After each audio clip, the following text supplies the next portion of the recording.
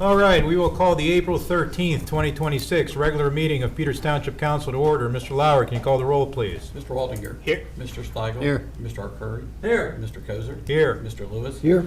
Ms. Shanafelt and Mr. Benson will not be here tonight. Let's stand for the Pledge of Allegiance. Pledge allegiance to the flag of the United States of America and to the republic for which it stands, one nation, under God, indivisible, with liberty and justice for all. First item on the agenda is the approval of the minutes of the March 23rd, 2026 meeting. So moved. Second. Motion and a second. All in favor, say aye. Aye. Opposed, say nay. 5-0, Mr. Lauer. Moving to special reports, introduction of Jordan Ulrich, Human Resources Manager. This is Jordan. She's the new Human Resources Manager. She's hit the ground running. We have offers out for 2 laborers, for a full-time police officer. We have ads out for a part-time police officer, ads out for a librarian, and ads out for an archivist. So with that, she's a busy person. Hi, I'm Jordan Ulrich, the HR manager here. I'm a double Pitt alum, and I've been doing human resources for about 6 years now. And so far, I've really enjoyed my time in Peters Township. Any questions? No, we just wanted you to come so we could see you actually existed. I exist. I'm not a line item. I'm a real person. Now, well, we approved the position. That's why we wanted to see if there was actually somebody in it. Nice meeting you all. Nice meeting you Great too. meeting you. Thanks. Okay, next item, ambulance service update. He's here. Chief? Yeah.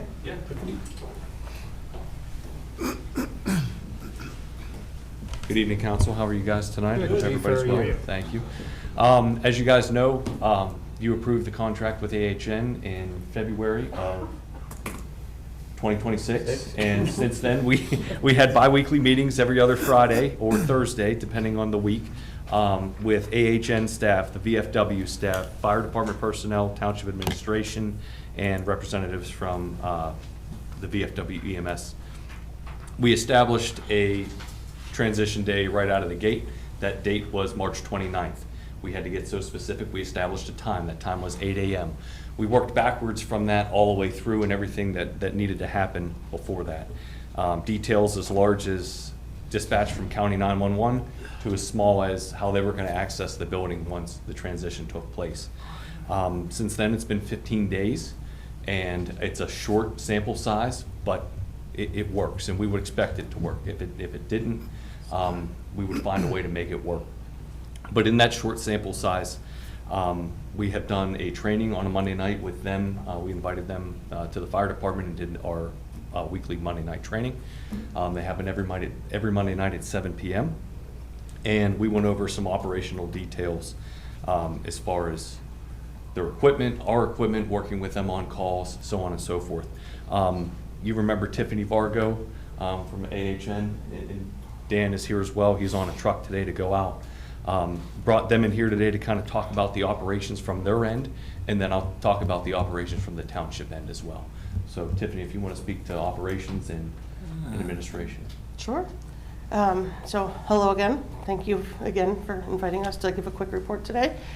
So far, we've actually run 38 calls in the first week and 42 in Peters Township.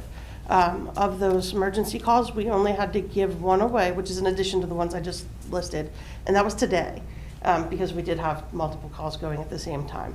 So that's actually the first time we had to invite another ambulance service in, and that came in from ambulance and share. They were the closest unit, which is probably a great lead into what happens when we do have the backup. So again, would love to be able to run every call, but as we discussed in the past, I could put 10 ambulances in Peters Township, and an 11th call could possibly happen. Unfortunately, that's sometimes just how the emergency side works.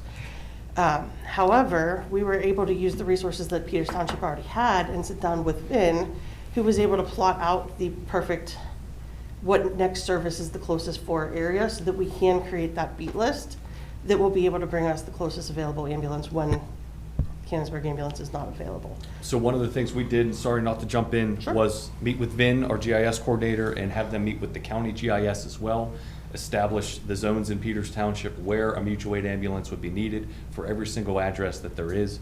When that happens, it automatically gets dispatched. Instead of a delay in dispatch, and the crews on the street trying to figure out what the closest ambulance service is gonna be. So if there is a time where mutual aid is needed, it will happen automatically, and the fire department will be dispatched to that as well, so it reduces the response time. But what occurred on the first day, I think, is evidence of the way this is structured that's gonna work a little bit better. The VFW would have one ambulance here on Sundays. The AHN is required to have two. Both of those ambulances were out on a call. The ambulance, AHN sent an ambulance over from Canonsburg that sat at the fire station, and that ambulance also went out on a call. So, you know, when you compare that to what was there before, two of these calls would have been mutual aid calls. And those mutual aid calls, just by their very nature, take longer. So, you know, those are the calls where you end up with 15, 20, 25 minutes on a response. And what we're doing in terms of staffings, they're going to occur, but they're just not going to occur with that same frequency. And it was an interesting first day. It tested right out of the gate. We had a Peters Township VFW crew there from midnight until 8, a Canonsburg crew there also from midnight to 8, and then Canonsburg completely took over at 8 a.m. I think that first day it was a total of like 6 calls or something like that. And I say that because what was interesting about it is one of those calls included a cardiac arrest where their crews worked with our crews seamlessly. Nothing is perfect. We always work to strive towards perfection, knowing we're never going to reach it. But at the same time, we learn a lot through the process. And for the first day, we couldn't ask for more. Response times have been good. Our resources are being used efficiently from the fire department when they need to be, and their crews are really kind of jumping into the process. Anything else you have with operations, Dave? I think the only other thing would be the staffing, kind of an update on that, and then the ambulance. So staffing, we did interview all of the Peters Township people that had applied. We hired 6 people from Peters Township. And we hired additional staff. We do still have a few openings, so right now we are using overtime a little bit to staff some of that, but we anticipate being able to fill those positions also.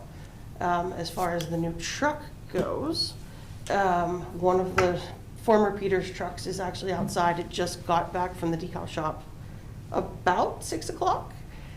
So it is outside, so it'll look very similar to the remainder of the Canonsburg ambulances. However, we have added the Peters Township line. It does not have Canonsburg on it like the other ones were, even though we did actually de-graphic 2 of our existing fleet from the Canonsburg emblem. I think that was my key talking points. Yeah, the equipment has been purchased, everything except one ambulance, correct? Yes, so technically the sales agreement was executed. We're kind of operating on what I'm going to refer to casually as an IOU. We have already paid for it. We're just waiting to be able to do the title transfer. They haven't received their title to be able to do the title transfer yet. Other than that, all And 4 it- ambulances and equipment have been purchased. Yeah, the township's purchased the building, Yes. and there's been a termination of the lease, so the building's now ours. Big steps, guys. Thank you. Anything else from your end, Mr. Lauer? No. Council, anything from you guys? No, thank you for the update. Thank you so much for your time. Chief. Appreciate it. Oh, Take Chief, care. I did want to ask you one Yes, sir. question. I saw the detached garage behind the fire department was torn down. Yes, You guys replacing that? yes, the volunteer department is yes. Okay. Yeah. After a while, that building we found out was built originally in the 70s with the original fire department building. And one of the key things that the volunteer department has been working towards, I mean, we had budget line items trying to get a building since, I think, 2016 with Chief Coyle. And it was just one of those things that just didn't get funded, but we ran out of space, and the volunteers, to their credit, took it upon themselves to build the building. We went through all the proper channels, got the building permit, the demo permit, and everything to put up a new building. Slightly larger, but one that's not falling down and is not a complete eyesore. All right. Thank you, guys. Thank you. Appreciate it. Sounds good. Thank you. Thank you. All right, next we'll move into audience comments. This is the portion of the meeting where any member of the audience can speak for up to 5 minutes on a non-agenda item. Is there anyone who wishes to speak? We'll start with Mr. Simmons. I was here, Bob Simmons, 170 Simmons Road. I've been a resident of Peters Township for 65 years. And you know, I was here at the last meeting, and I'm still here for the same reason. I'm there's a new development going in on the Earhold property. And it's a similar situation to another development that was recent development, where there's a cul-de-sac tied up against my orchard. And this is an apple orchard rather than a peach orchard. And Bob, there's a drawing of what we've received to date, so. Okay. All right, yeah, so that's the one, right, that's my apple orchard, you know, right there, cul-de-sacs right up against the, pavement goes right up against the property line, right against my orchard.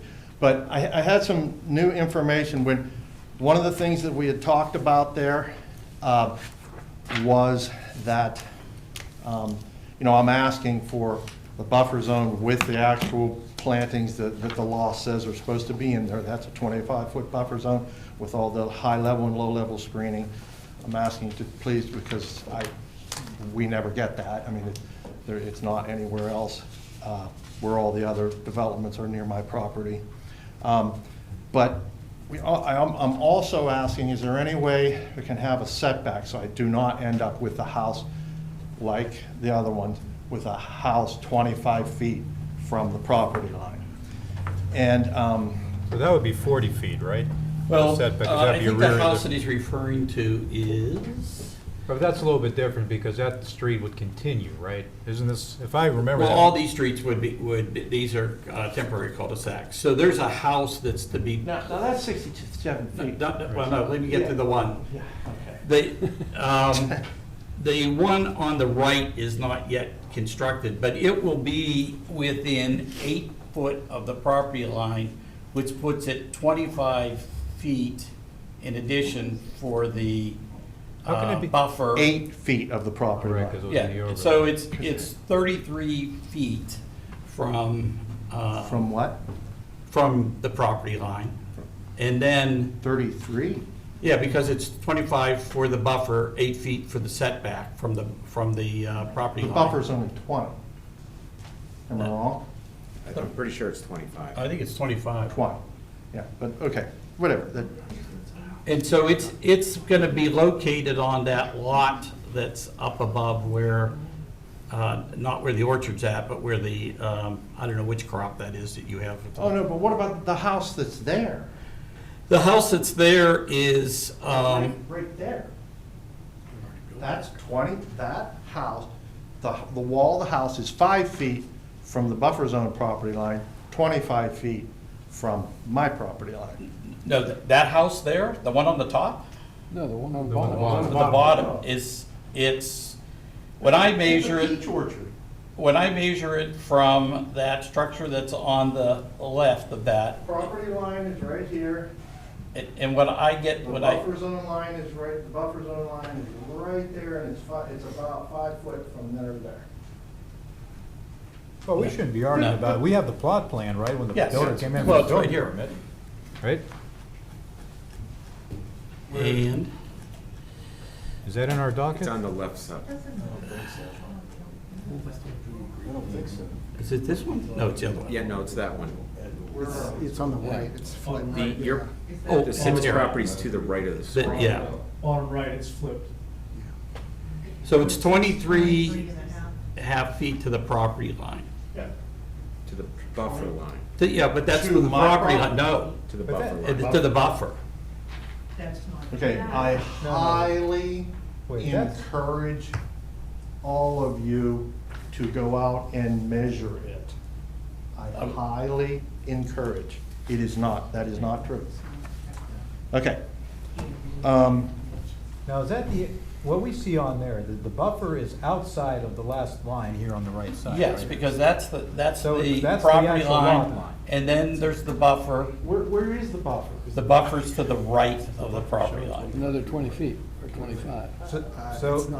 And the buffer's what, 25? Yeah, I believe it's 25. So it should be 48 and a half feet from the end of that house. And then, Is 25 feet from my property line. Please measure it, because I did.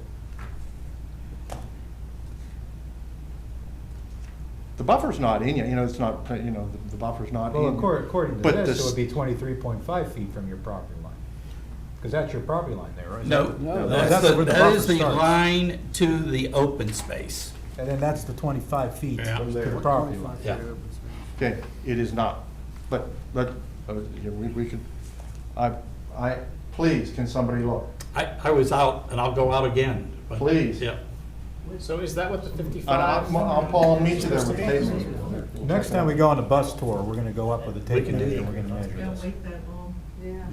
Well, Okay. the house is already there, Mrs. Merrill. But, yeah, and I'm not, that's not what I'm here for. I'm here for the year-old plant. That's what I'm here for. So,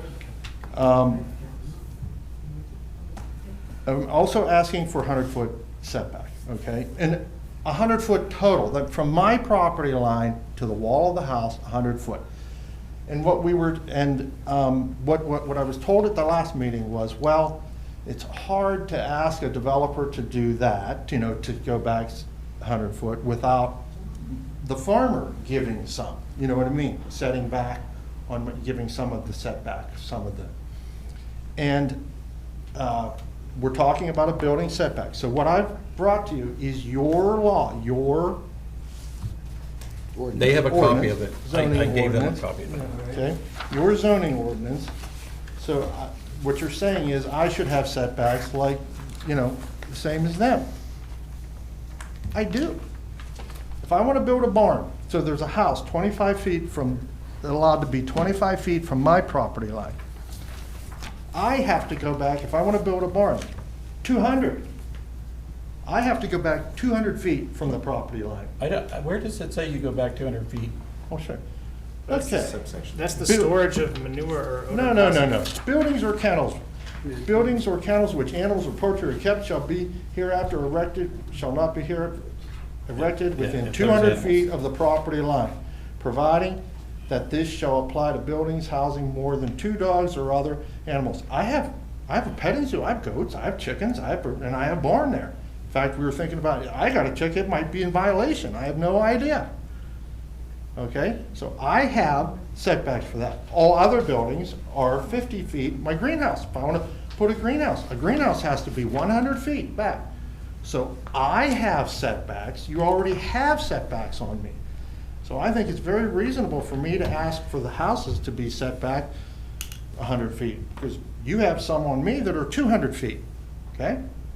Bob, can I ask you this? Yeah. Is your principal concern at the location of the orchard, or is it the entire length of the property as it comes down from there? Well, we'll get to that.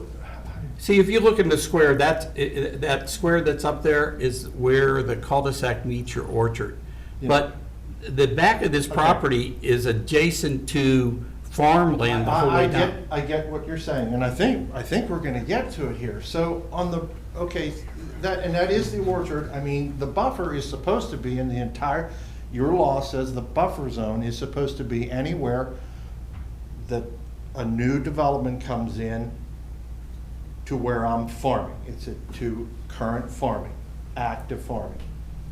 So I get what you're saying. Am I just talking about orchard, or well, I think the buffer zone should be around the entire where I'm farming.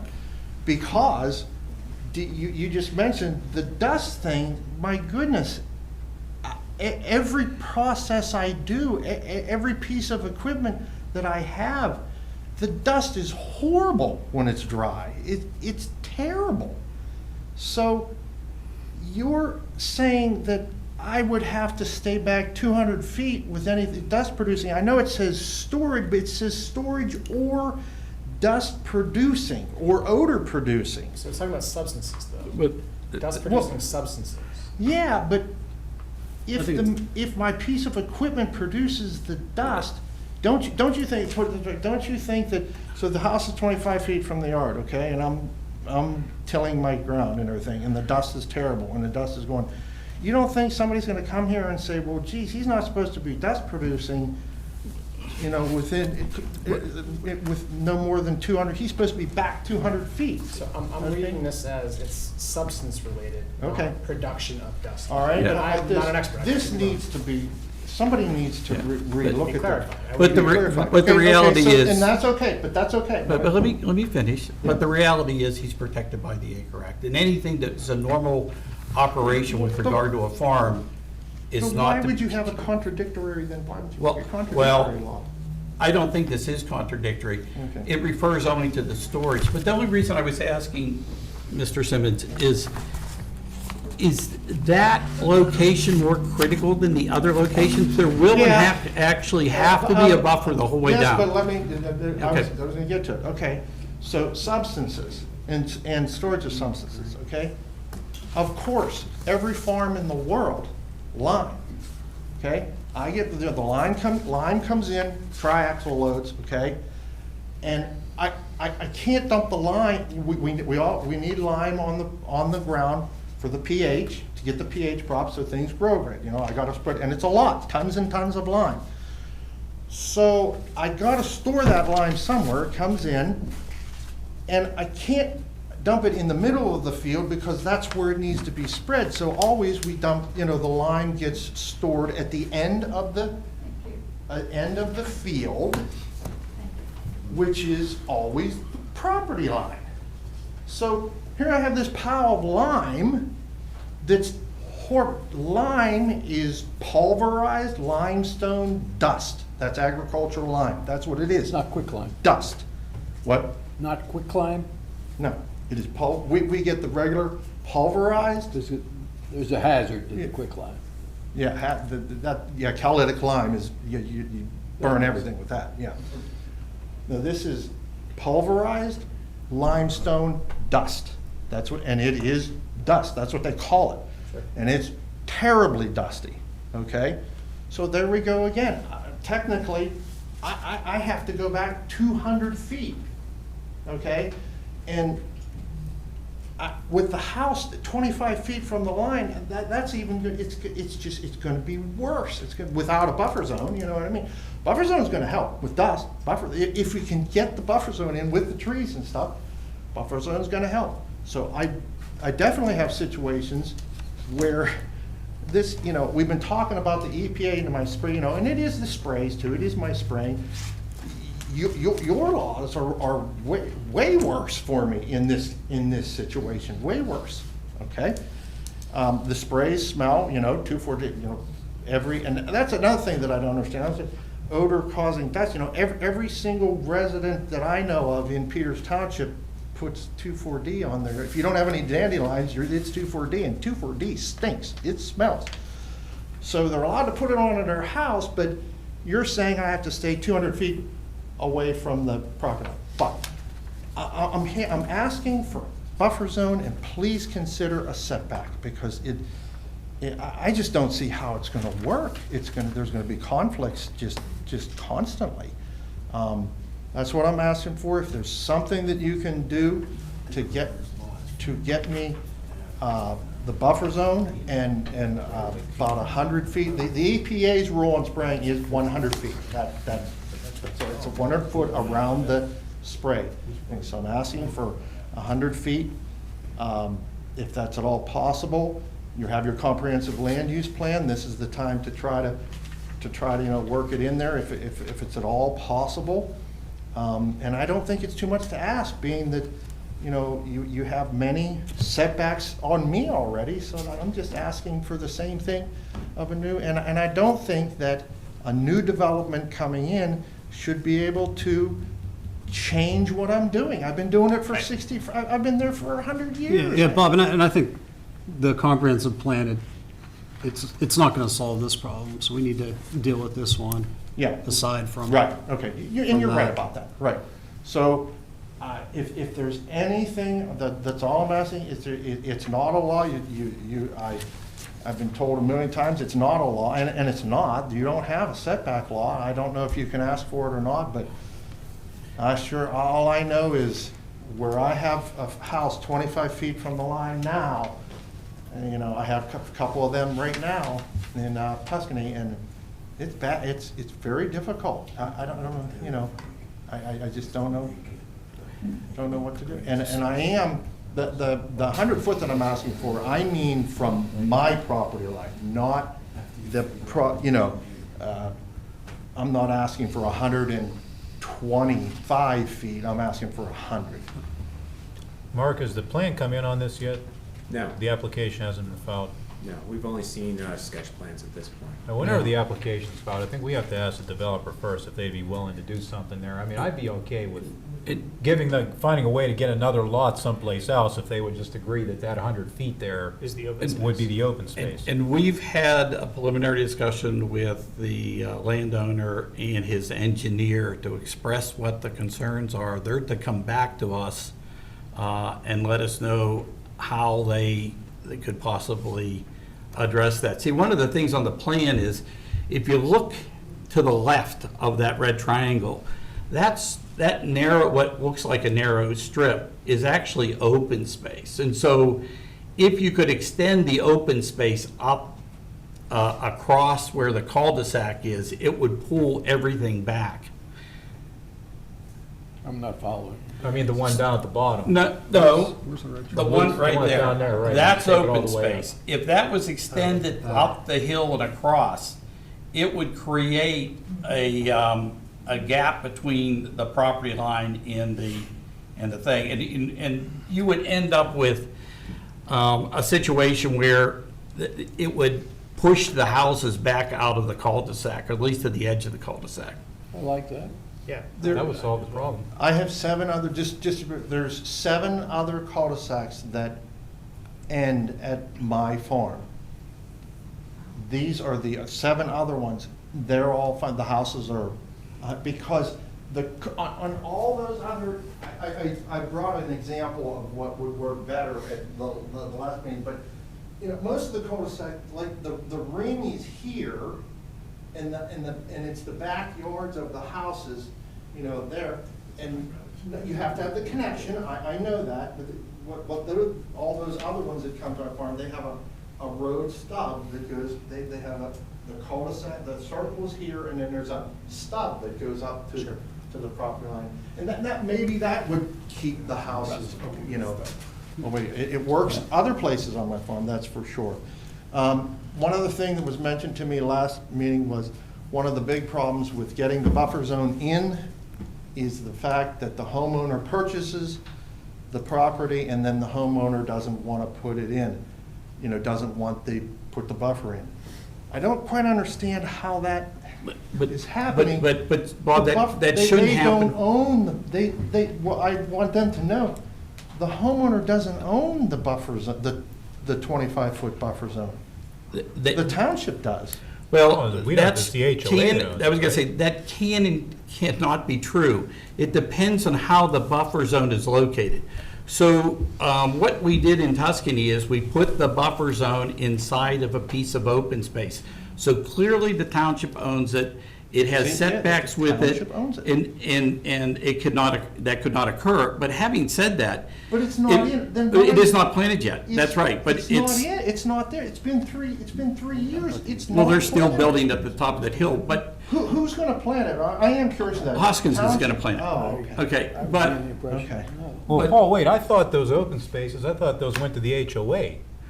We don't actually take them now, do we? It depends on it, and I don't know, I'd be honest with you, I don't know in that plan, but it's gonna be in common ownership. And Right, that's so, what I mean, but I mean, it's not, because if but it it was will our be put property. in, and it will always be a buffer zone because it's not privately owned. It's either Right. the township owns it or it's collectively owned. But having said that, you can have a buffer, Bob, Yes. that runs down the length of that property, and it can be in people's backyards. Well, yeah. And in which case, there's where you have the problem that you're referring to, because it's in private ownership.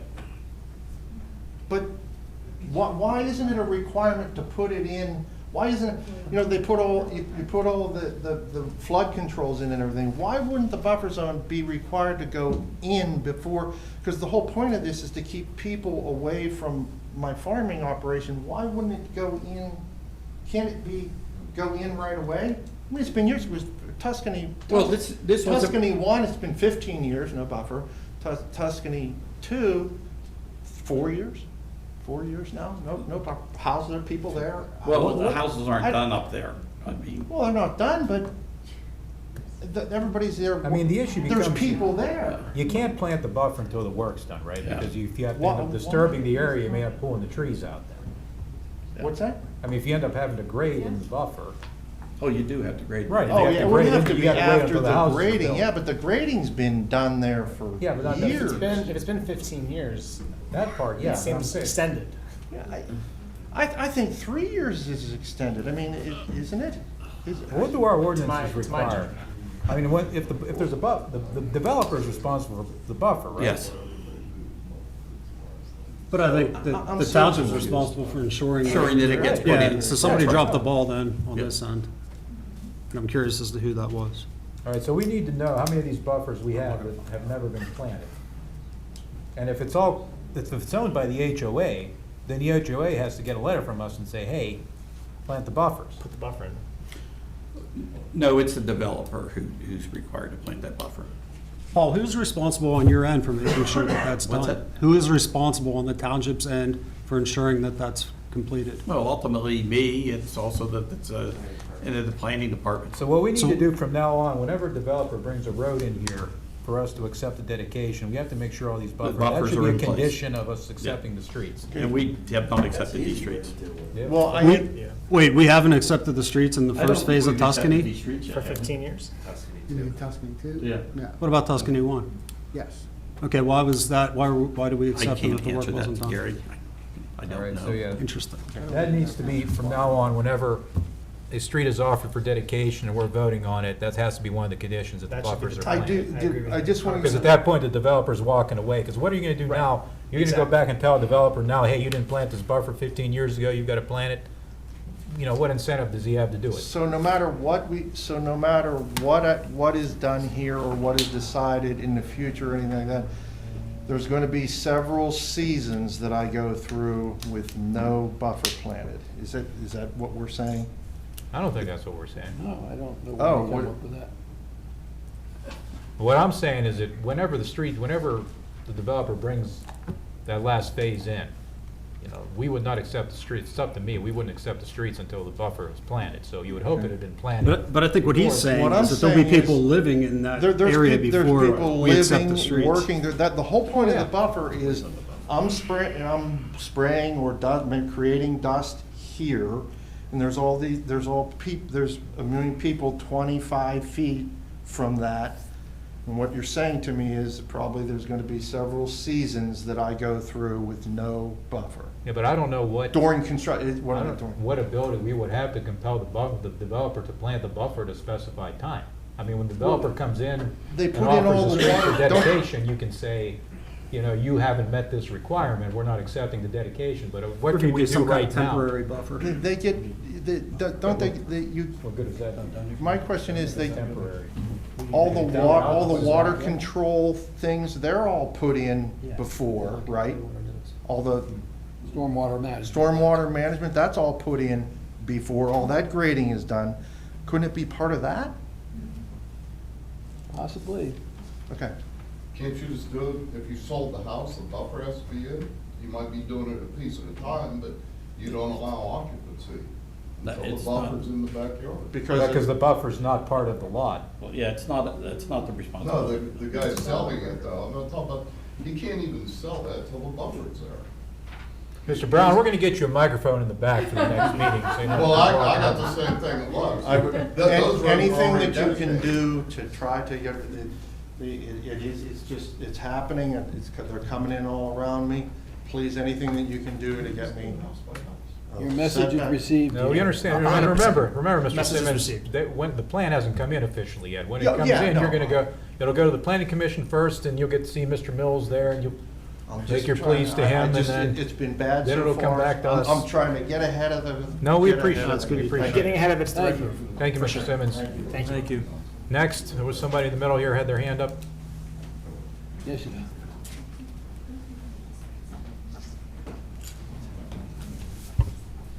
Hi, my name's Carol Ortenzo. I live at 218 Druid Drive in McMurray, and I'm here to ask the council to consider adopting an ordinance for Peters Township for regulation of data centers because there's potential for one to be located here. Data centers, as I'm sure you know, are large structures that house potentially thousands of servers and data storage systems, as well as networking equipment, and there's a huge increased demand for them because of the increased demand for AI and for cloud computing services. We know that they're coming to the area because, as I learned from at a forum on data centers in Washington, PA in January, $20 billion federal dollars have been dedicated to finding the best locations in southwestern Pennsylvania, the 10-county region here. And the projection at that time was that 8 data centers would be coming to southwestern PA, with 3 to 4 of them being built in Washington County. The exact numbers may have changed since January, but the point is that the data centers are coming, and we need to have safeguards in place to ensure that the increased demand for AI is handled sustainably and responsibly, while the best interests of the community, the communities that are impacted, are served. So to that point, back in January, we were told that data centers are primarily like college campuses. So I thought, well, we aren't in danger of having a data center here in Peters Township because there's just not going to be enough room. But then during a webinar last month, sponsored by Center for Coalfield Justice, which is an advocacy group in Washington, PA, I learned that a data center can also be the size of a Walmart. And I would say that there's potential here in Peters Township to have a Walmart-size building. So I don't have any stats on how much power or water a Walmart-sized data center would use, but a large data center can use as much electricity as about 100,000 homes.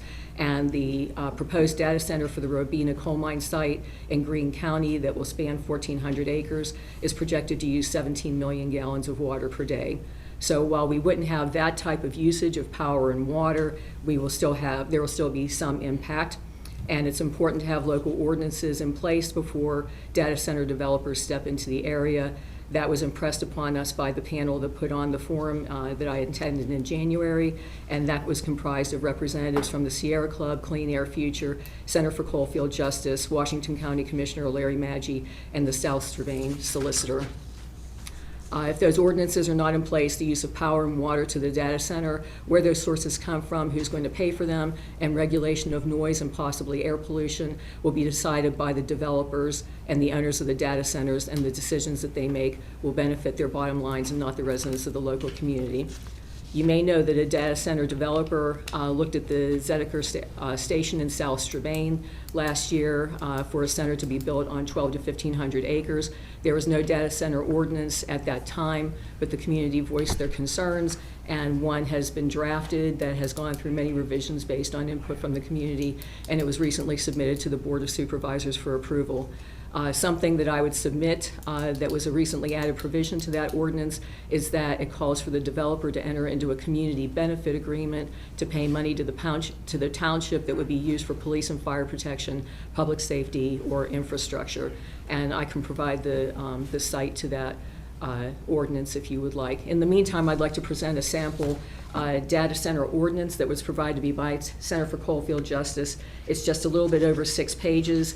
And it's meant to be a tool for Peters Township to develop an ordinance specific to the township here. I also have a 26-page ordinance that I can email to someone, as well as the 20-page draft from South Strabane.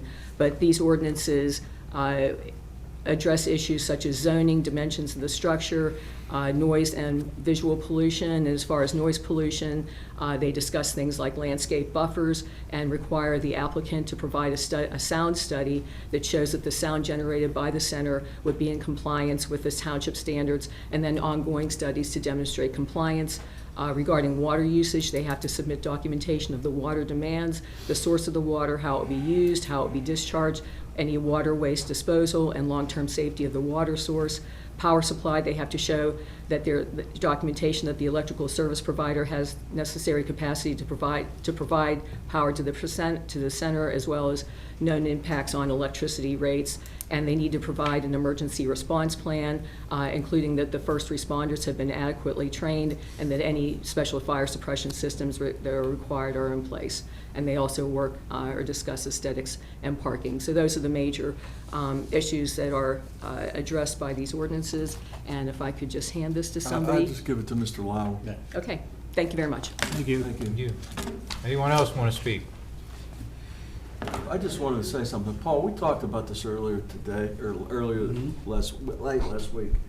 And my understanding was that if they wanted to put a data center here, that our zoning ordinance would only permit it to be in an industrial area zoned? Well, a couple of things. One, all uses have to be provided for, including Right, I data know that. centers. And right now, a data center is not a provided use within our zoning ordinance, which would mean that it would be relegated to the light industrial zone because all uses not provided for Go there. go to that location. Now, having said that, what makes sense when the zoning ordinance gets rewritten is to call that out and provide for it clearly in that zoning district. Yeah. And I mean, and briefly, I mean, could you show on the map where our light zoning ordinance is? You know what, I don't have that map, but, Okay, okay. but it's down road. Okay. Yeah. They're relatively small parcels. Yeah, probably not large. Yeah, they're enough to pretty put- small parcels, I Yeah. would think, right? Yes. Okay. We're all What we need to do then?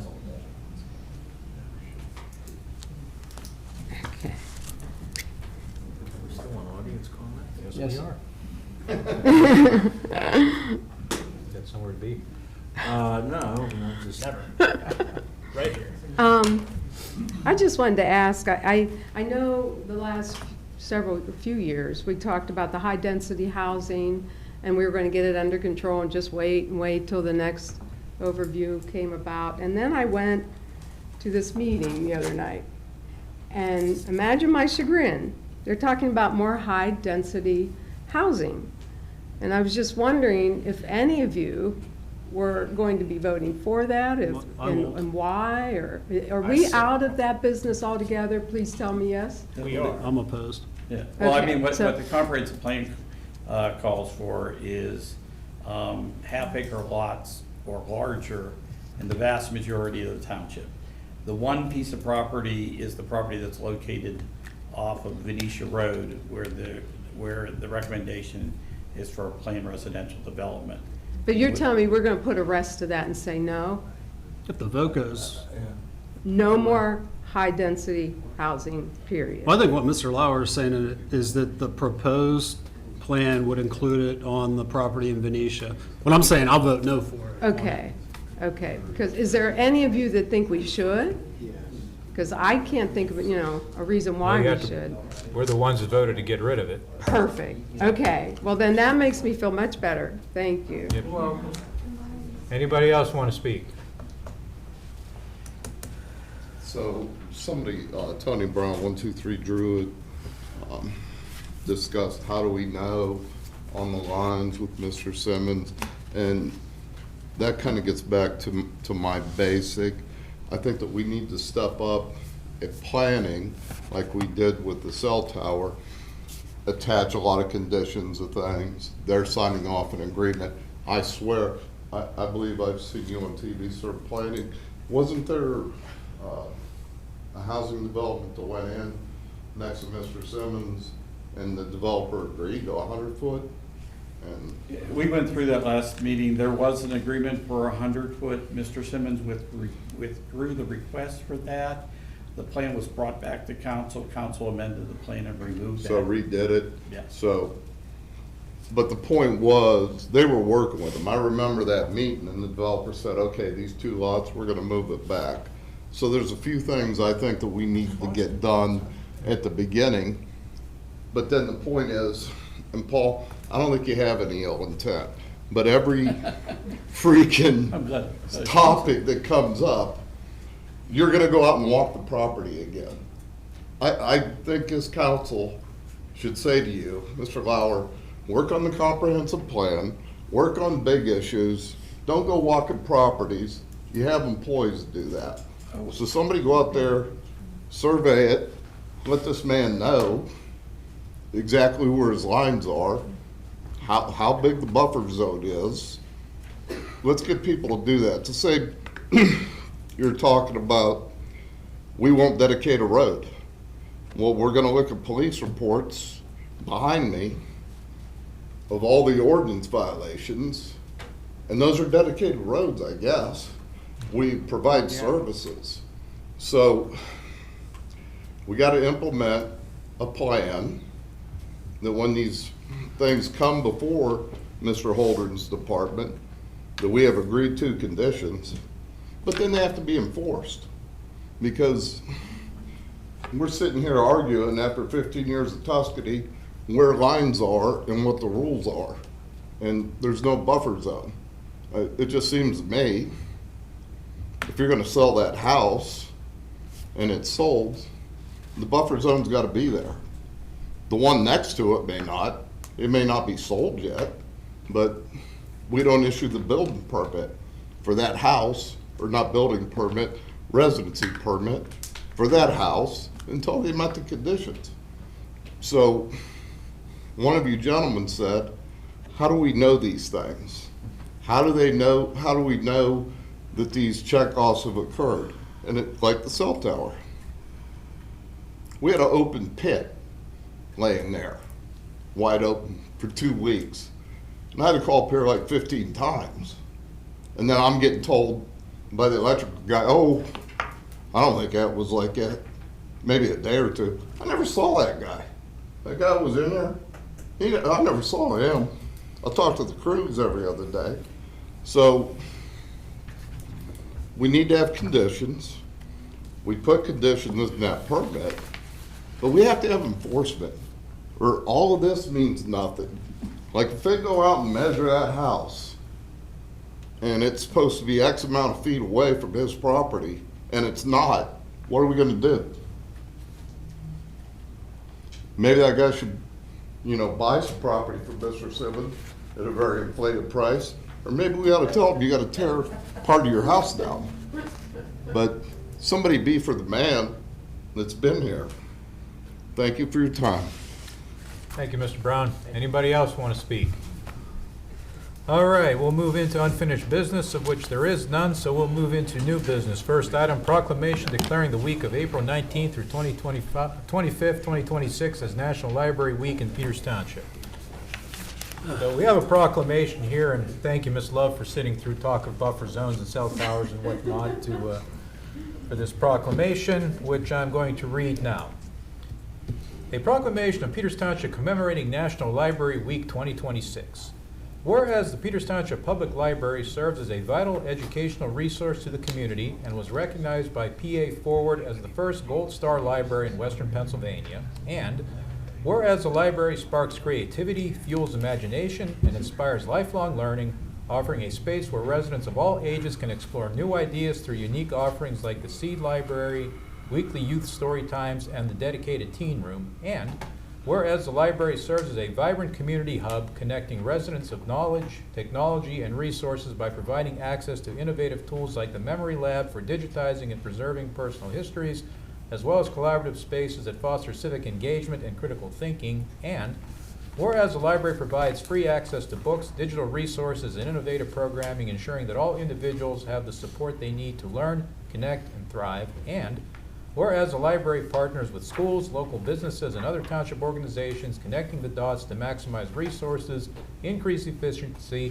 and expand access to essential services, strengthening the entire community, and whereas dedicated librarians and library workers provide welcoming spaces that inspire discovery, collaboration, and creativity for all, and whereas America is celebrating National Library Week, including April 21st as National Library Workers' Day, recognizing the contributions of library workers. Now therefore, be it proclaimed that Peters Township Council does hereby proclaim the week of April 19 through 25, 2026 as National Library Week in Peters Township, and further encourages all residents to participate in library-sponsored events and explore the library's offerings. Thank you. Well read. That was a long one. Thanks. Throw a book in there. Quite welcome. Thank you for all you do. Yeah, I just wanted to say. for that? Wait. You want to do the motion first? Fine, make a motion. Do I have a motion? I'll make a motion that the council issue a proclamation that was eloquently read by Mr. Cody, declaring the week of April 19th through 25th, 2026 as National Library Week in Peters Township, and in doing so recognize the value of our library and the dedication of our library staff. A motion was Second. Motion was almost as long as the proclamation. Got a motion and a second. All in favor, say aye. Aye. Opposed, say nay. 5-0, Mr. Lauer. Ms. Love. Thank you. So I just wanted to thank you. I just wanted to say thank you to council and the township for, continuing to support the library and recognizing what an important community asset it is. So last year, more than 125,000 patrons walked through our doors. That's an average of 400 people a day. I don't think people realize the scope of how many people we truly see in a year.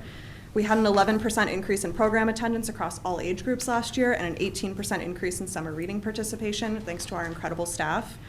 The Youth Services Department reached more than 5,000 students through outreach visits last year, and we just finished an initiative just this month as part of our partnership with the school district.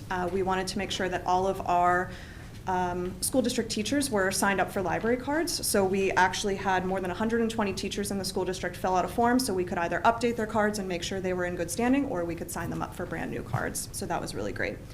The fact that we've been able to grow our programs, services, and resources like this year after year is really a credit to the staff we have over at the library. And like Frank mentioned, Tuesday, April 21st is National Library Workers Day.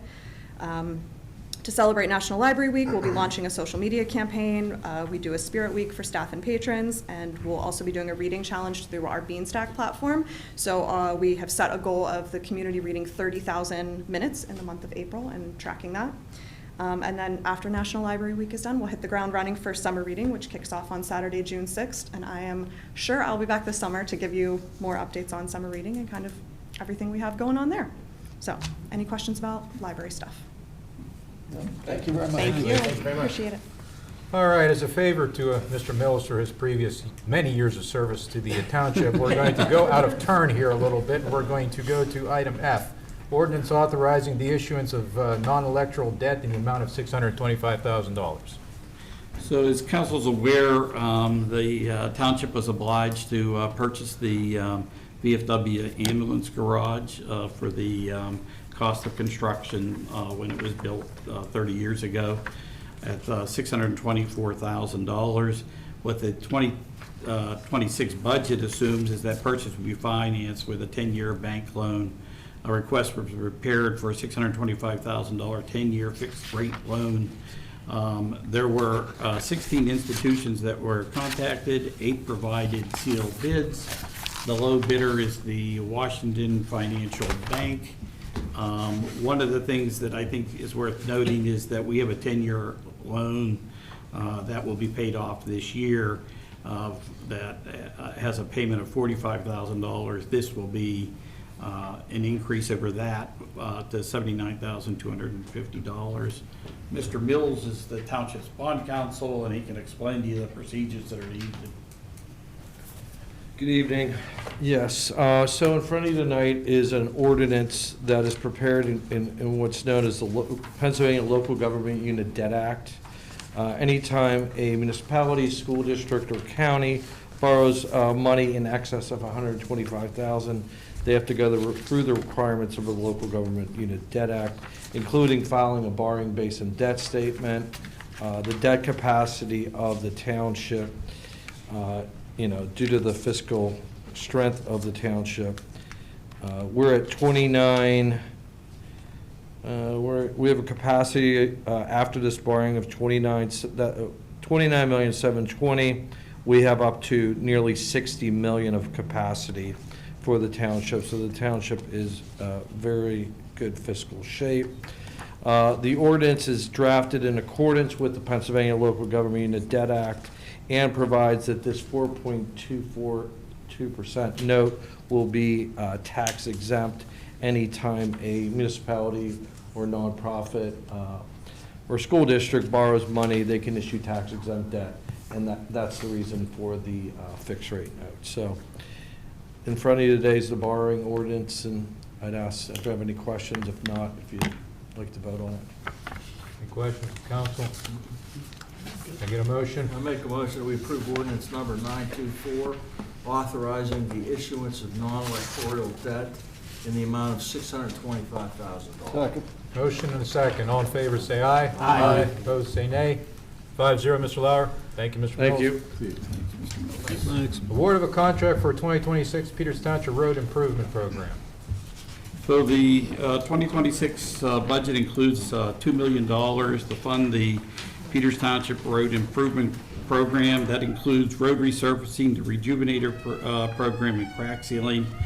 $40,000 of this is already committed to the completion of the Manor Way projects. Bids were open on April 3rd. 12 contractors requested bids, 9 contractors submitted bids. What you see on the chart that's being projected are the 5 lowest bidders. The low bidder was Tresco Paving Corporation.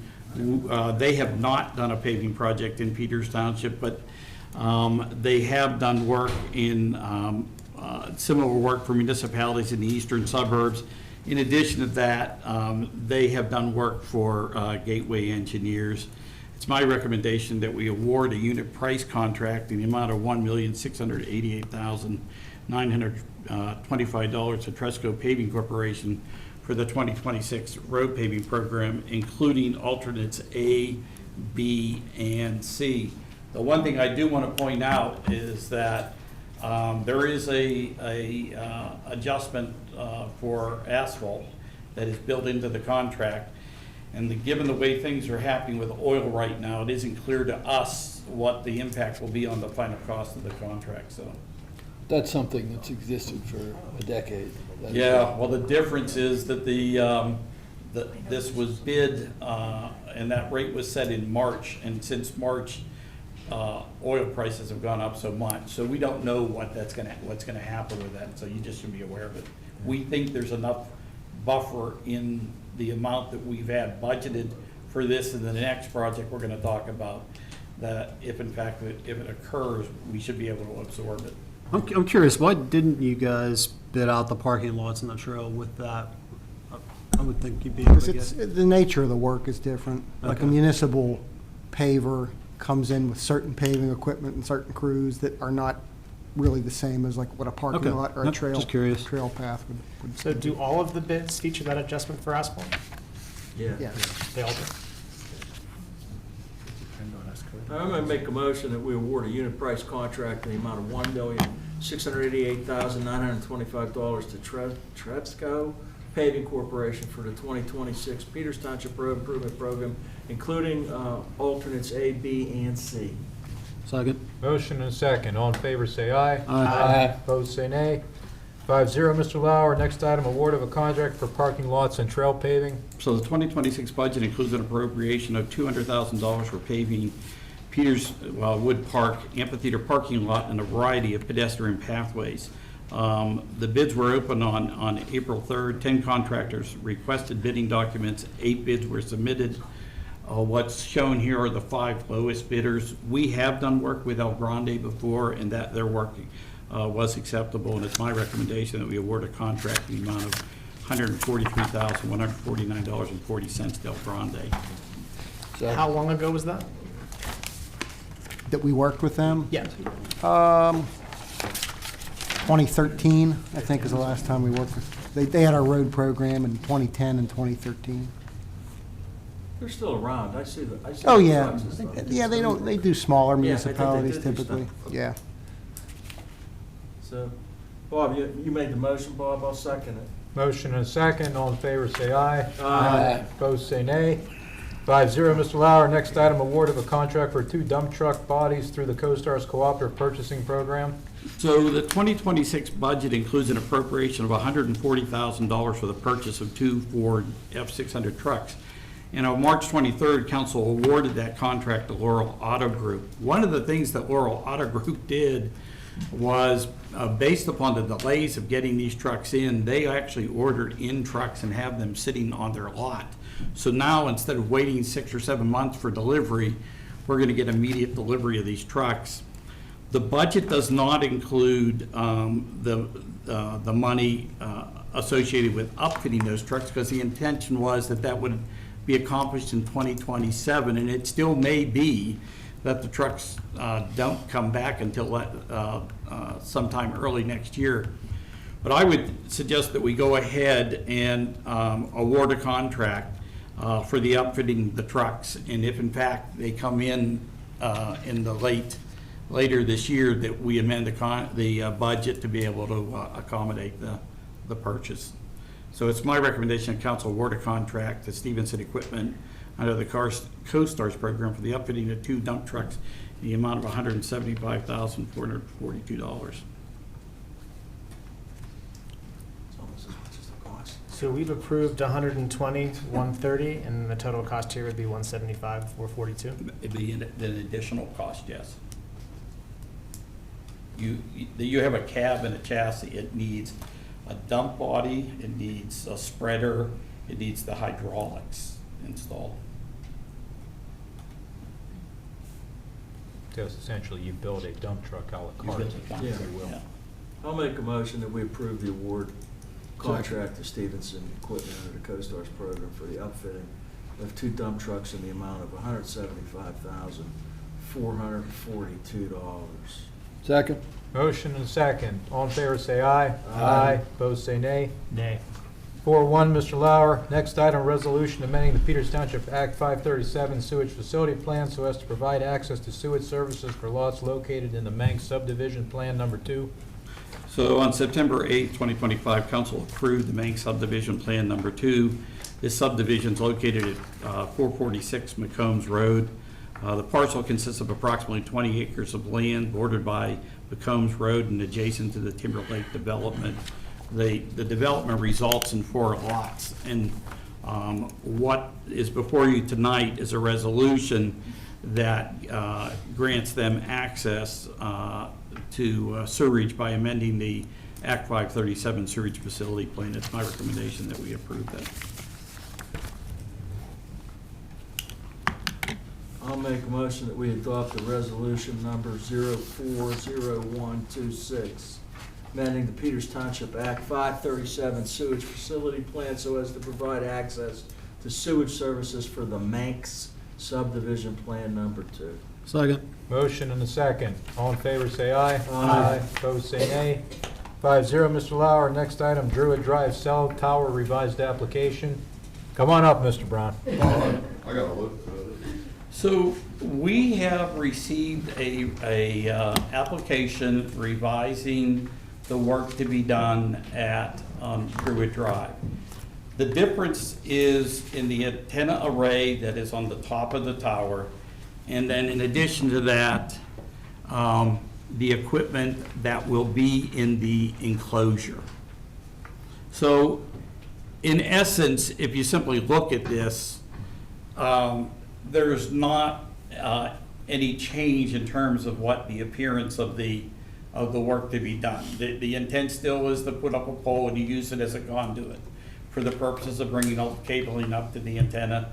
The antenna array is still similar in nature, but where the locations of the actual antennas at the top are different.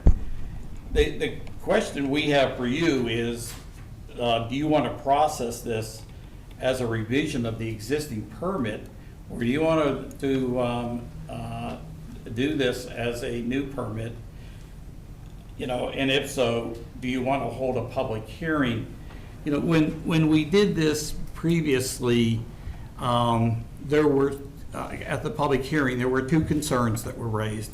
One of them had to do with the health issues related to the RF signals.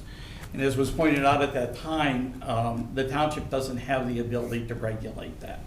That is something that's been reserved for the FCC. The other had to do with construction at the time and the impact in the neighborhood.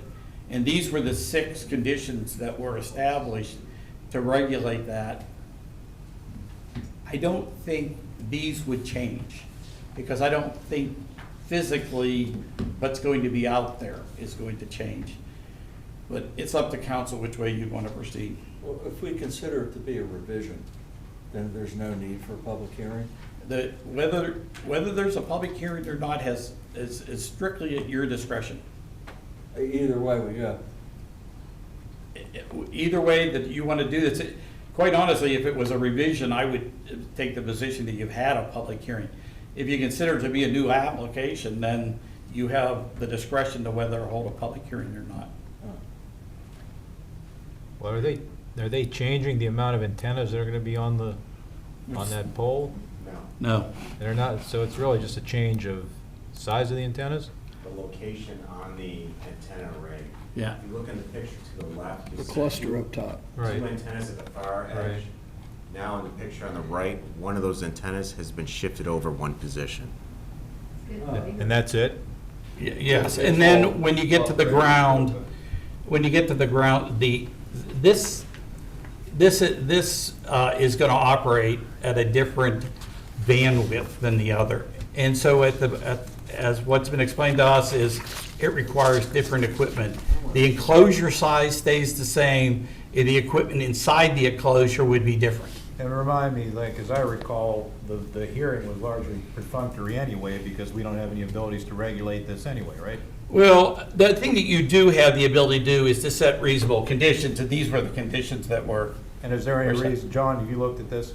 I haven't looked at this, but I know with the conditions, I think most of them we asked them to agree to those conditions, if I Yes. recall. I'm not sure how. Well, ask them if they'll still agree all to the same conditions, and if they will, then I don't Well, think we need well, another if- hearing just for relocating one of the. If it's just an amendment, they're stuck with these conditions.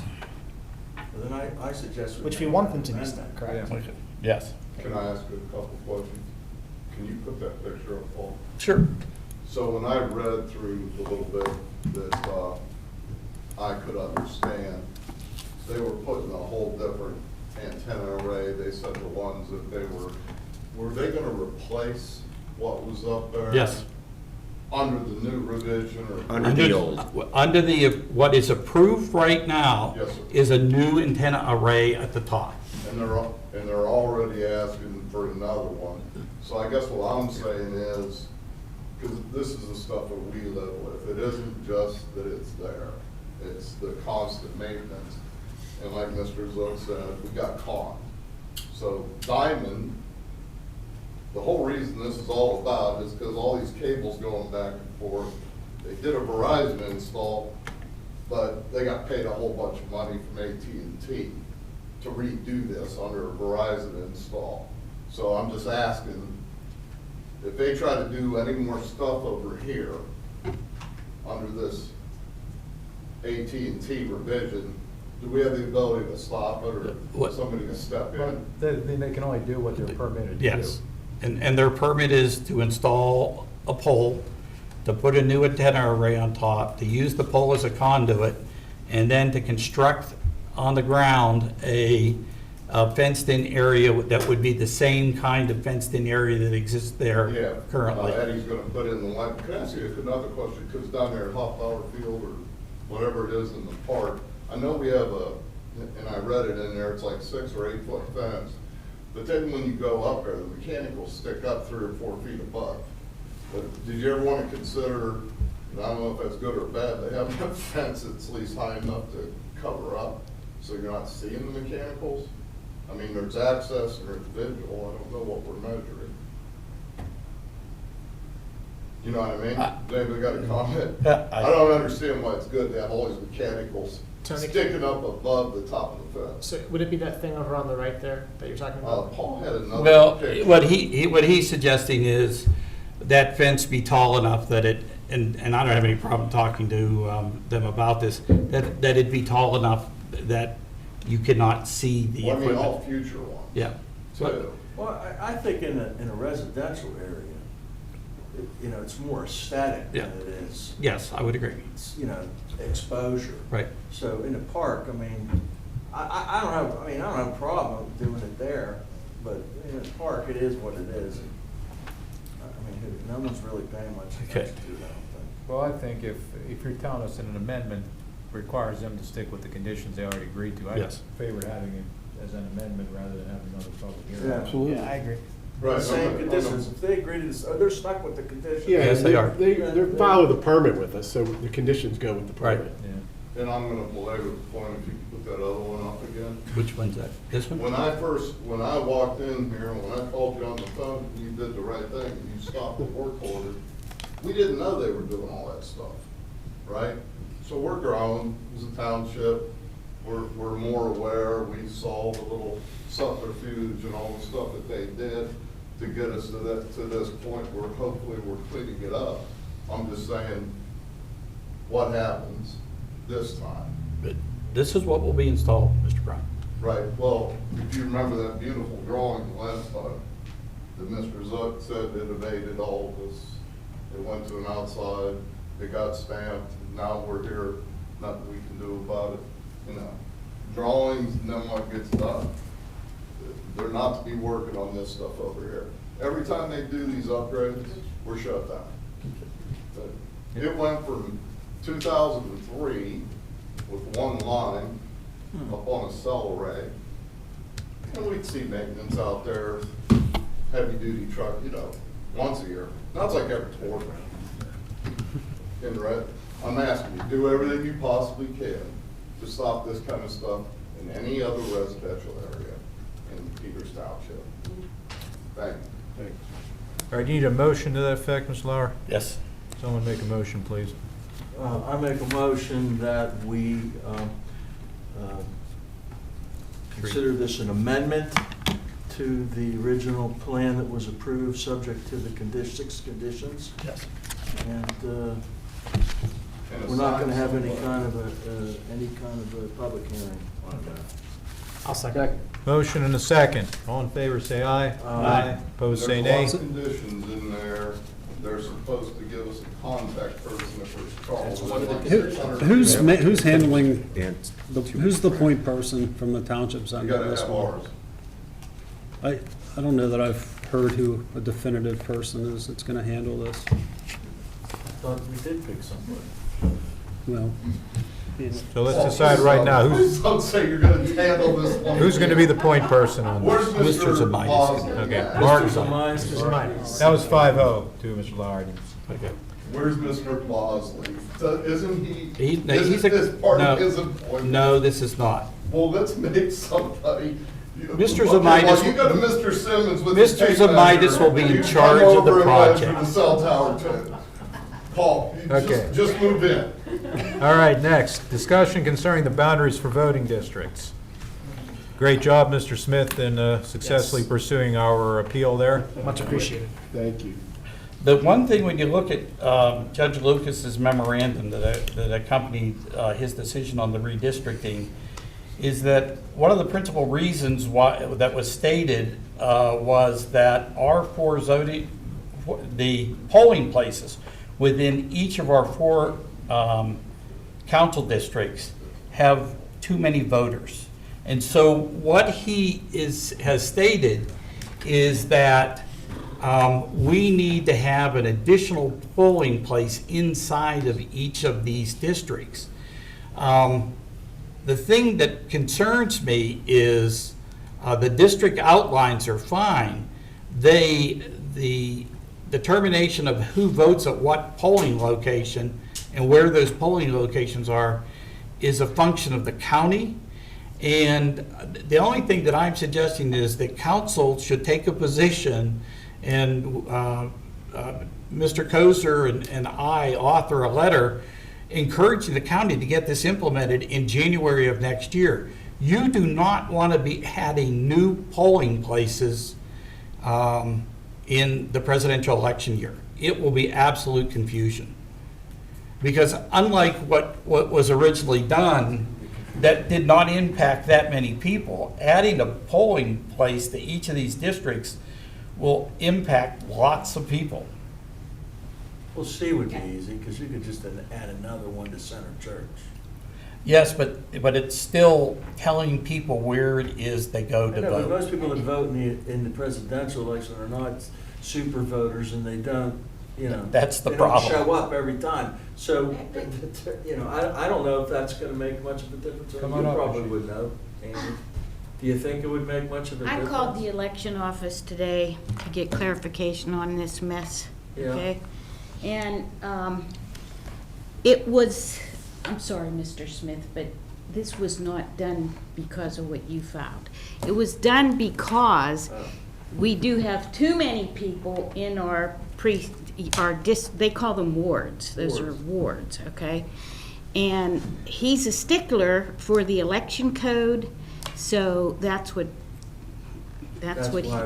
why he made the Yeah, but do decision. you think it's gonna make much difference if we get it done? Well, no, I before the talked to president? Melanie, and she said that she's gonna work on it during the summer, and that the additional precincts will be in place, and everybody will know where to vote and everything And- by January. And all I'm suggesting is Just the send a council, letter. that we Yeah, send the I- letter, and the reason I I say agree. that is, these districts went down to the county in 2023.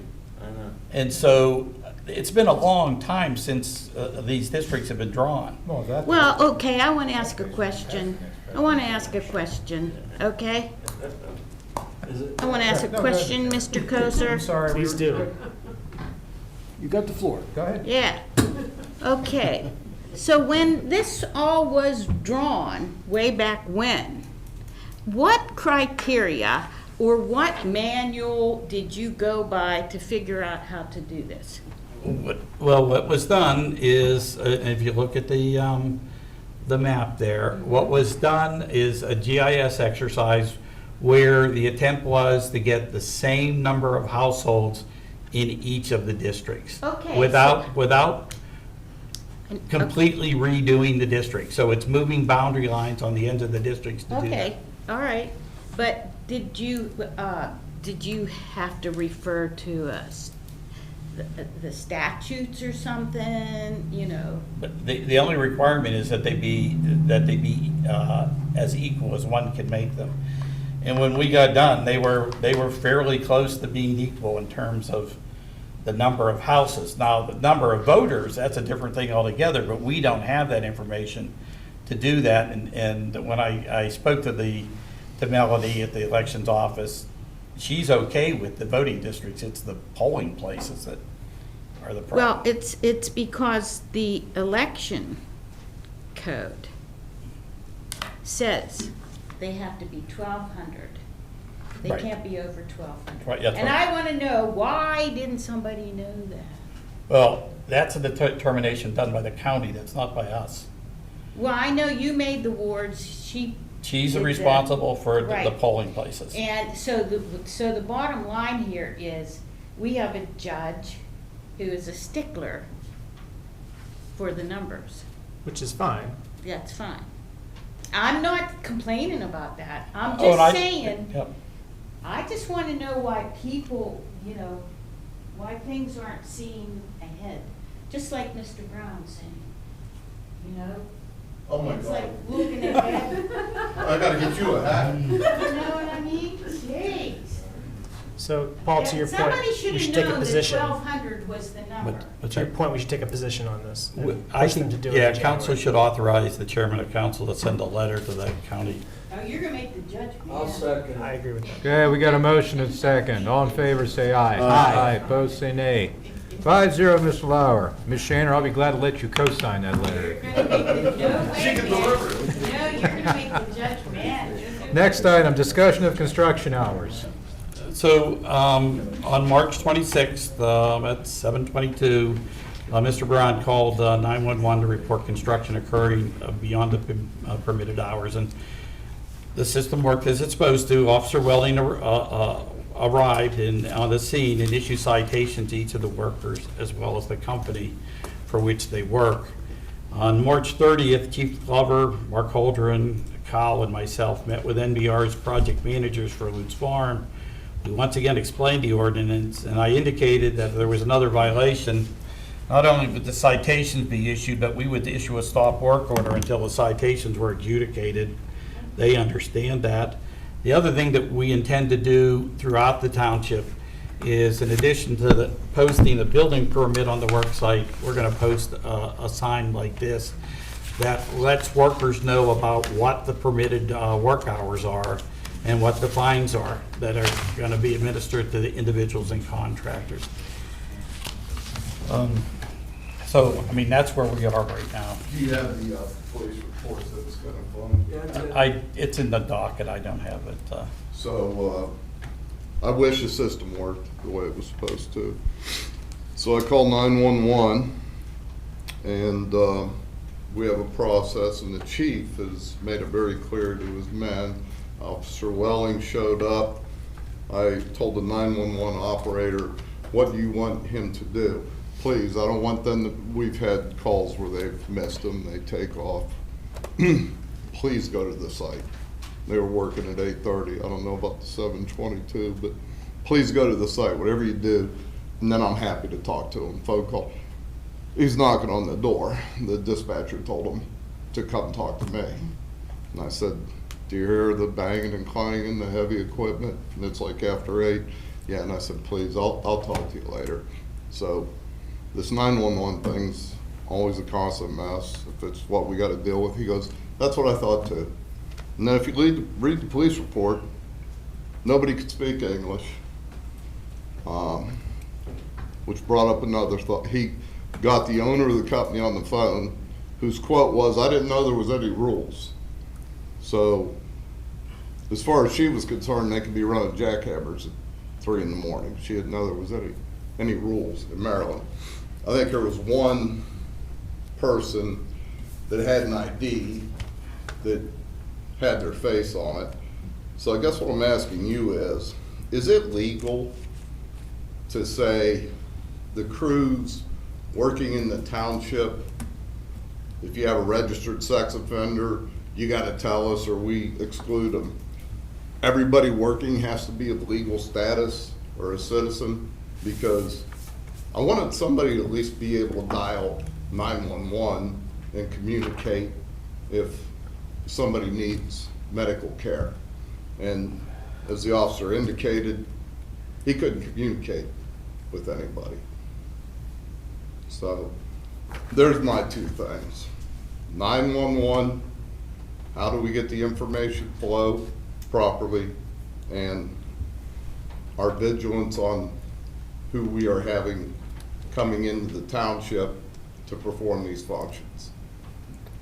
Are we allowed to regulate that in any way, Mr. Smith? You know, I don't think so, and I've had this happen before where we had some dynamite crews in the township that didn't speak English, and there was a real concern. Bring them up to the cell tower. Yeah, you know, in terms of what would happen, how would you alert them to, but I don't think from a labor standpoint that we can enforce that if they're. Well, I mean, but we're issuing permits, right?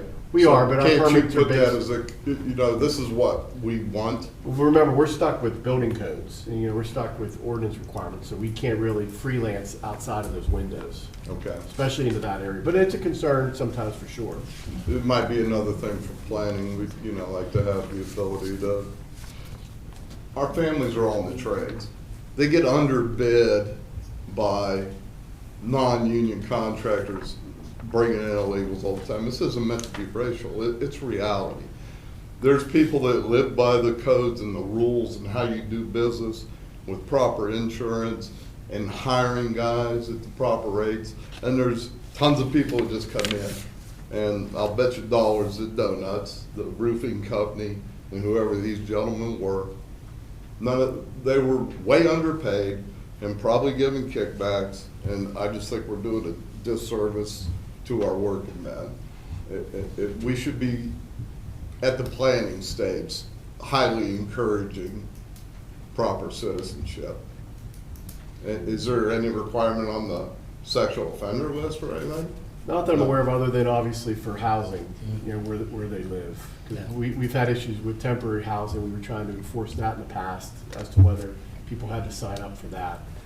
But again, since we don't really enforce that, I don't believe so. Yeah, and obviously, if they have work visas and they have the proper credentials. And that's fine. Yeah. If they have a legal permit, that's fine. They're registered somewhere. But they are abutting a residential area, and I went and cleaned out some of my back yesterday and found a whole lot of paraphernalia, you know, which it could have come from a lot of different places, but it could also come from right down there. Thank you all. Thank you. All right, thank you, Mr. Brown. Next, we move into payroll and bills. I spoke with Ms. Shanafelt today. She said she reviewed the payroll and bills, found them to be in order based on her statements. I'll move they be approved as submitted. Second. Motion and a second. Any discussion? All in favor, say aye. Aye. Opposed, say nay. 5-0, Mr. Lauer. Any correspondence we need to discuss? No. Okay, any board or committee minutes that anybody wants to discuss?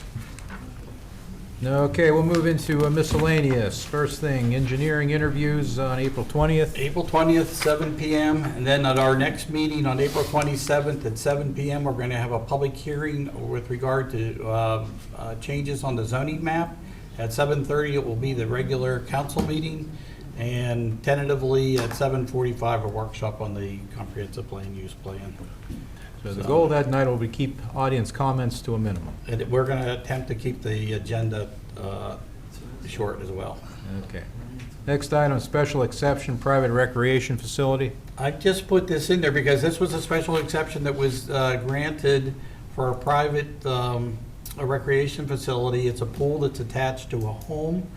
I don't think that's what was envisioned when the ordinance provided for private recreation. I think what was more in line is like Rose Garden Pool or the 1781 golf course. This may be something that when we look at the zoning ordinance, council may want to restrict.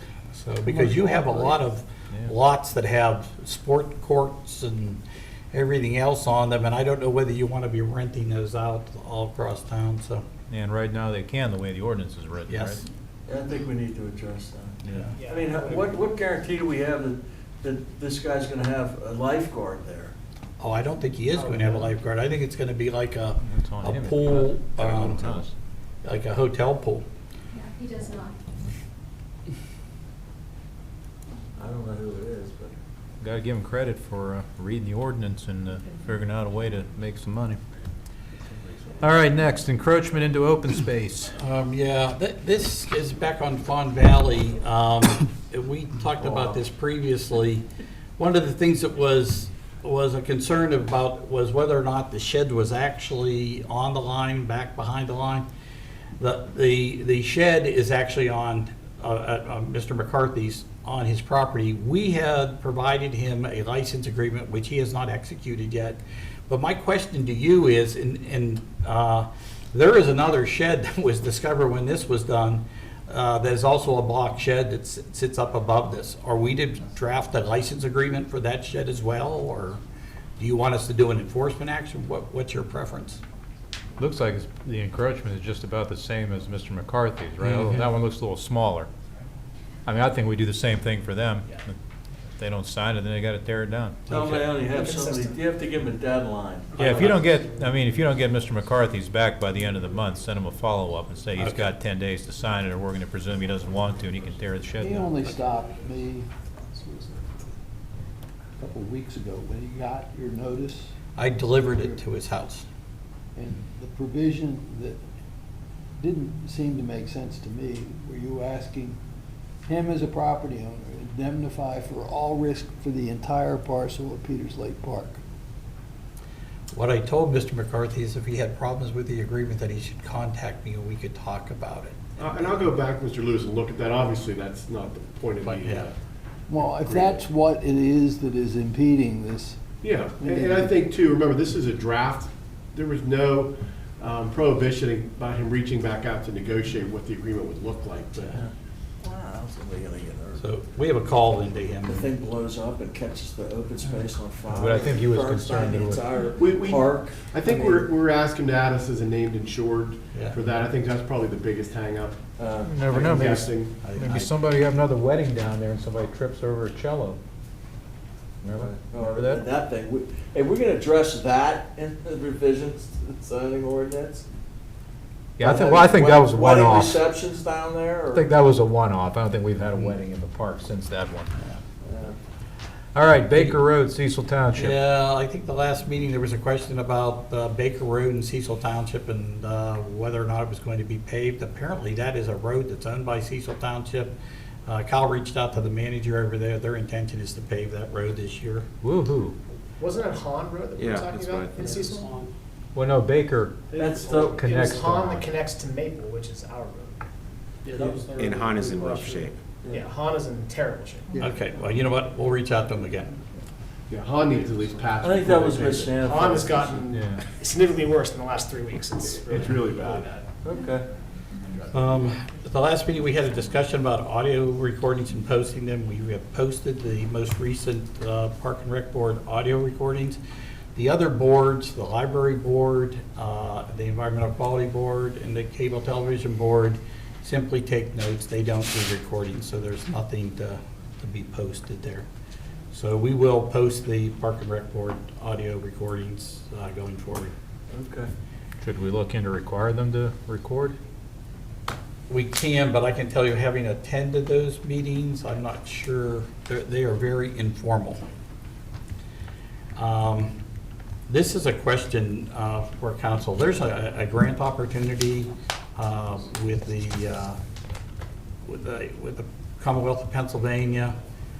One of the things that we struggle with is hot power field. It's used in the winter and in the fall for football. It's used this time of the year for lacrosse. We have a hard time maintaining that natural turf out there. There would be an opportunity if we could get a grant that you could cover half the cost of turfing that field. The question I have for you is that an application you want us to submit? No. That's my position. Yeah, I'm a negative on that. I would agree. Okay. It's great to have that turf, but then, you know, when it wears out, we're gonna spend $2 million doing it now. Okay. Plus, I don't know, I think grass is safer to play football on. Particularly at that age.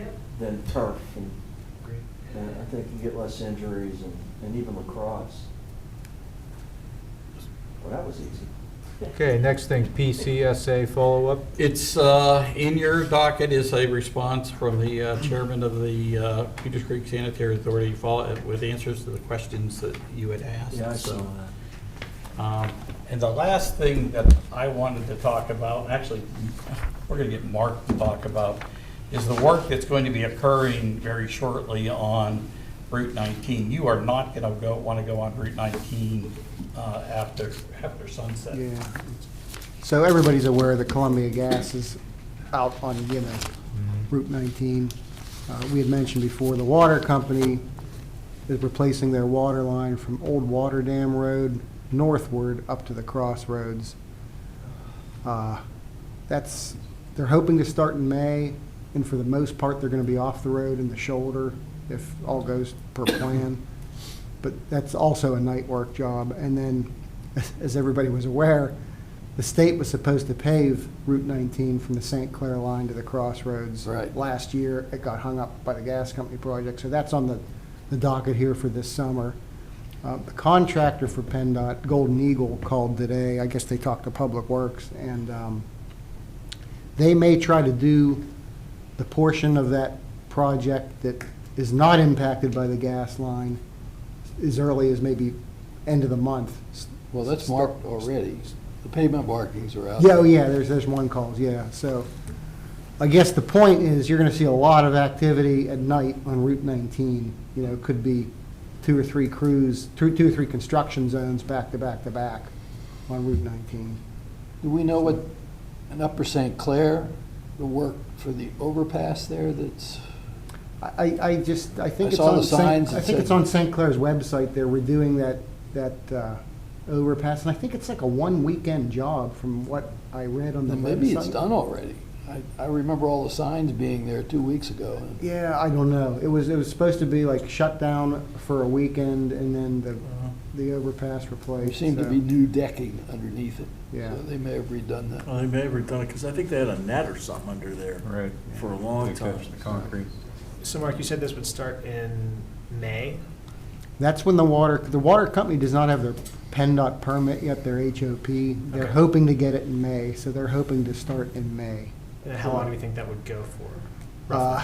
Till September. September. Yeah. So the message is going to be avoid Route 19 for the Correct. duration of the Yeah. summer. Yeah. Hopefully they can squeeze it in Yeah. between the. Yeah, like I said, all the jobs are evening and night work, so it won't affect daytime traffic, but Yeah. it'll be a bear. Maybe you should put something on the website, like. We will. We have Columbia and the water company on the website already, but now that we just heard from PennDOT today, we'll put that on as Because well. I think maybe if we give people notice, they will try to avoid it as Right. much as they can. You can't really put up a closed sign at the township line. No, you can't, but I mean, I'm just saying. Yeah. There's probably ways you could cut through, you know what I Yeah, mean? You can right. cut through. Yeah, well, Hayes Road. we all know the shortcuts. We're Yeah. not going to broadcast them though, Yeah. right? So- On road, that's where you want to go. On road. Only until it's paved, then Until stay it's off. paved, then stay off. Okay, is there anything else, Mr. Lauer? Anything anybody wants to see on the next agenda?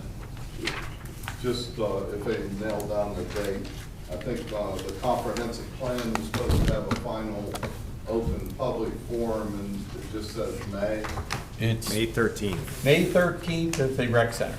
at the rec center. And then what's your anticipation then? Does it flow to council or? It has to go to planning commission, the county planning commission. Council ultimately gets to approve it. The timeline, I think, puts it into end of July, early August for adoption. It has to be posted too for a period of time, right? Yes. Correct. Mr. Lauer, I saw some the other day that the Shaycock salt provider was going out of business. He's not going out of business. They're actually a large national firm. They have chosen not to renew their contract. So South Hills Area Council of Governments will be bidding a new contract for salt. One of the challenges is, quite honestly, the Shaycog Purchasing Council bids that for communities that are not part of Shaycog. So that contract goes the whole way up into Butler County. And one of the discussions that we're having with Shaycog right now is should we just be focused on the communities that make up Shaycog, or should we be servicing all those other municipalities as well? And I feel like we should be focusing. what's that? I feel like we should be focusing. Yeah. We still have the others provider that we. Yes. And then when I talked to you last week, we're good on salt anyway right now. Yeah, we're still receiving salt. By the time we're done, we will have more salt on the ground than we've had in previous years. Okay. So that's not gonna really affect us too much. All right. Anybody else got anything for the good of the order? Nope. Do we have an executive session? Nope. All right, we are adjourned.